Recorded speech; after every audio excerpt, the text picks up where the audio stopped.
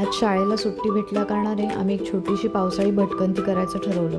सकाळी तसं लवकरच निघालो होतो, पण कुठे जायचं असं काही ठरवलं नव्हतं. म्हणलं खडकवासला धरणापर्यंत तरी जाऊयात, पाहूयात पाऊस तर खूप पडला, पाणी वगैरे वाढलंय का, म्हणून त्या रोडने निघालो होतो.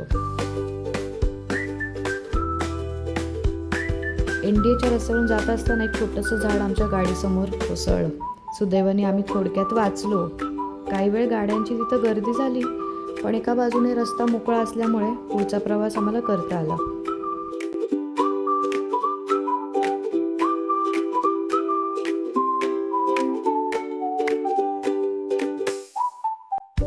तिथून पुढे प्रवास करताना वाटेत हा एक राजवाडा लागला.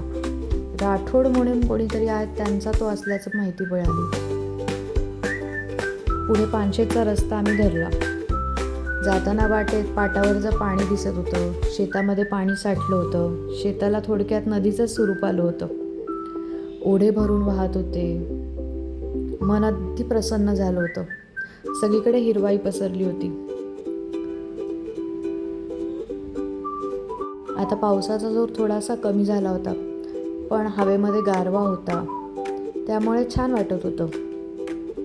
काही ठिकाणचे ओढे तर तुडुंब भरून वाहत होते. खळखळणारं पाणी पाहून खूप छान वाटलं. सगळीकडे हिरवाईने झाडं नटली होती. काही लोक त्यांच्या 2 व्हीलरवरती पण आले होते. वाटेत मुठा नदी लागते.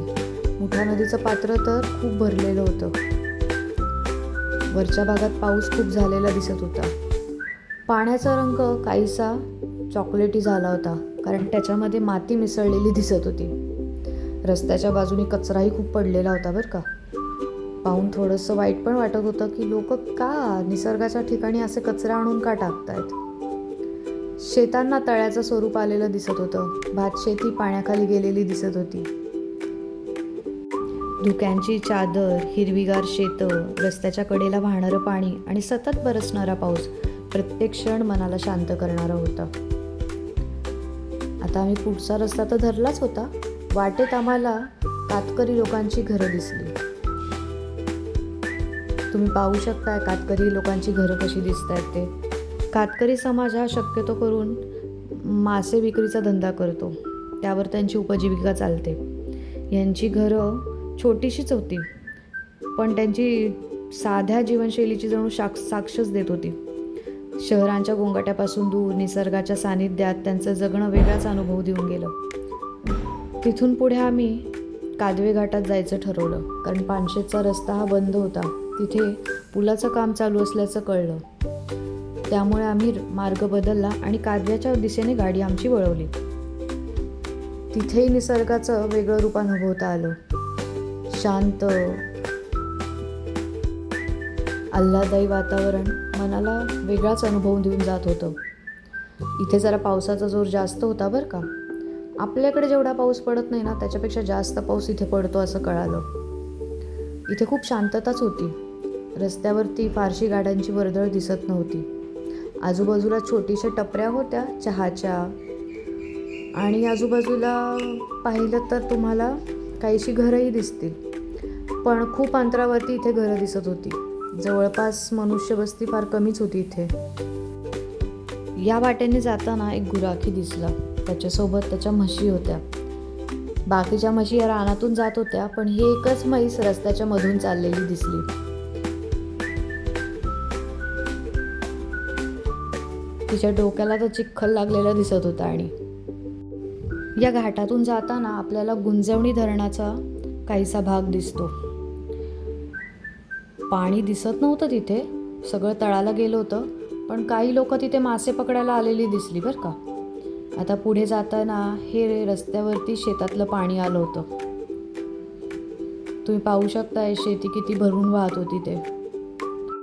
तिथून थोडंसं पुढं आल्यानंतर एक छोटंसं दुकान दिसलं. तिथे गावकरी बसलेले दिसत होते. याच रस्त्याने पुढं आल्यानंतर उजव्या हाताला आपण वळालो की हॉस्टेलर नावाचं रिसॉर्ट लागतं. त्या रिसॉर्टसाठी जाणारा रस्ता हाच आहे. उत्सुकतेपोटी आम्ही ते रिसॉर्ट पाहायचं ठरवलं.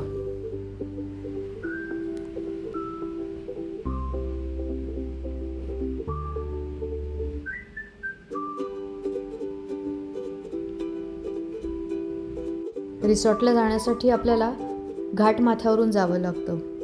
तुम्ही पाहू शकता किती धुक्याची चादर पसरली होती ते. पाऊस तर चालूच होता, पण खूप छान वाटत होतं.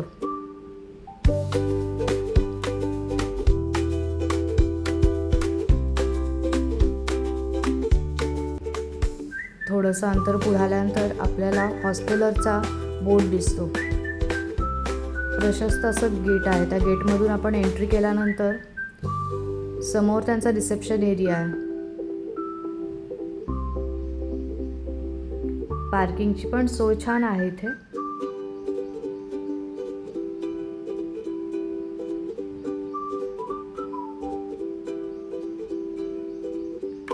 तुम्ही पाहू शकताय खालचं दृश्य किती छान दिसत आहे ते.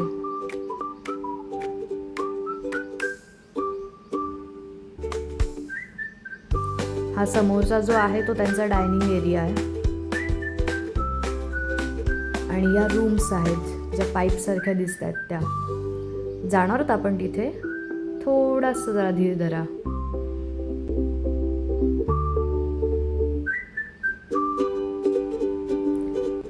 इथे राहण्यासाठी आपल्याला ऑनलाईनच बुकिंग करावं लागतं.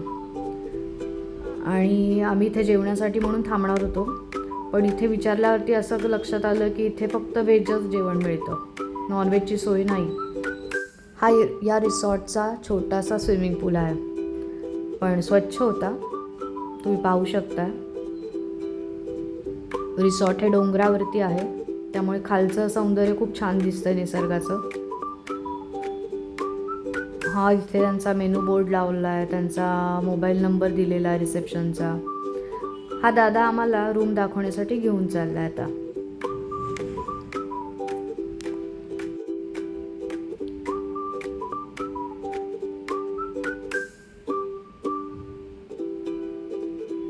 आता आपण रूम जवळ आलेलो आहोत. या रूम्स पाईप पासून बनवलेल्या आहेत. त्याला वरतून सिमेंटने कोटिंग केलं असं ते म्हणत होते.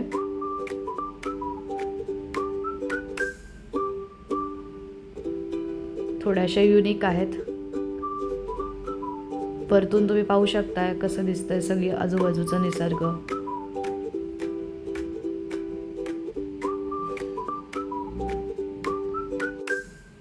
खूप एक्सायटेड झालो होतो आतमध्ये कसं आहे सगळं ते पाहण्यासाठी.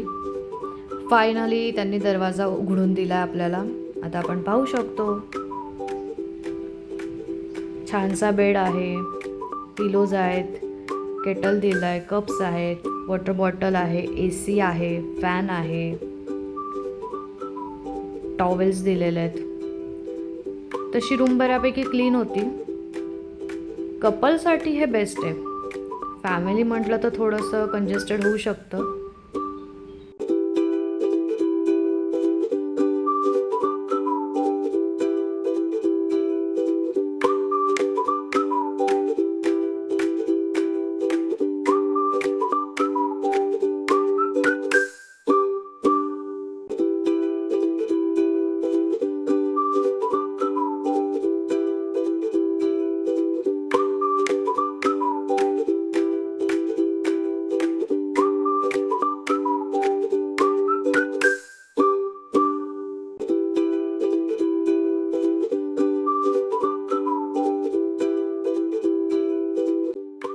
रूम्स पाहिल्यानंतर इथे बसण्यात काहीच एक पॉईंट नव्हता, कारण इथे सगळं जेवण होतं ते व्हेज होतं.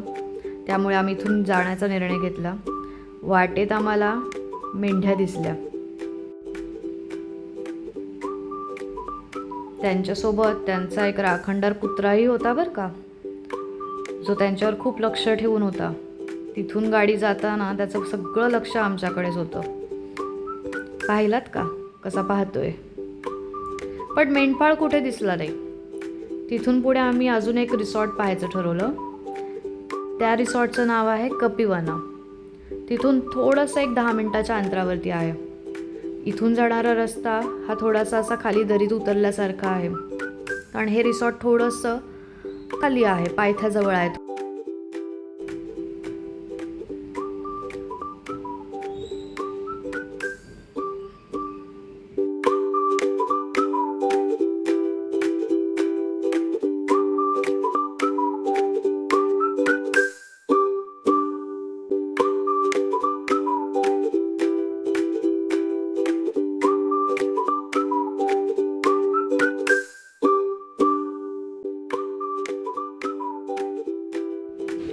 हे जे ब्लॅक कलरचं दिसत आहे ना डाव्या बाजूला, हेच ते रिसॉर्ट आहे.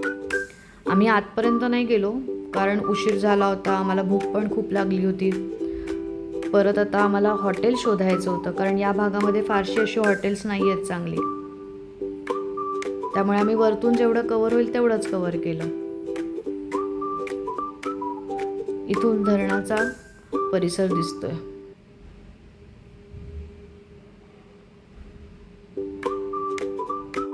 इथून पुढे आम्ही आपल्या परतीच्या प्रवासाला निघालो.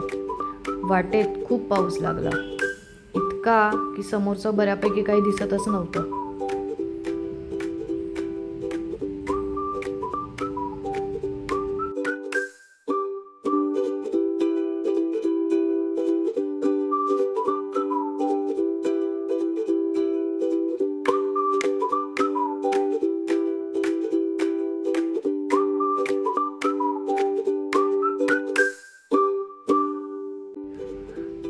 आजूबाजूचा निसर्गाचं सौंदर्य डोळ्यात साठवत आम्ही परतीचा प्रवास चालू केला.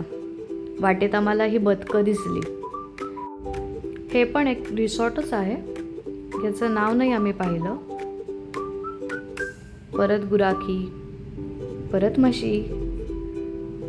पुण्यात हे काही बघायला मिळत नाही ना आपल्याला, त्यामुळे नवल वाटतं या गोष्टींचं.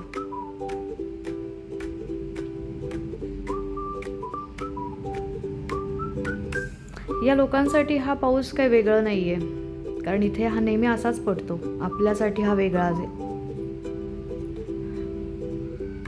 किती खळखळून ओढा वाहतोय.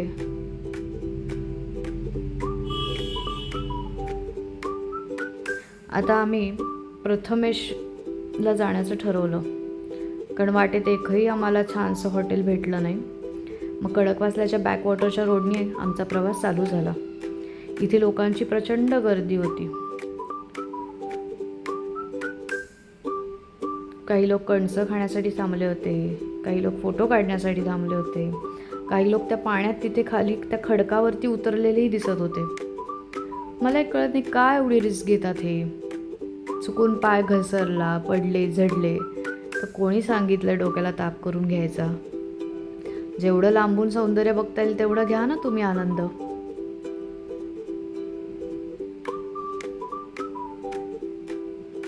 अजून तरी काय खडकवासला धरण भरलेलं नव्हतं, त्यामुळे पाणी काय सोडलेलं दिसत नव्हतं. पोलिसांच्या गाड्याही फिरतीवरती होत्या.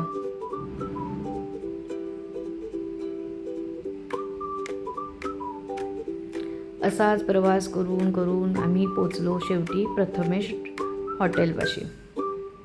इथे खेकडा स्पेशल मिळतो म्हणून खास आम्ही त्यासाठी आलो होतो.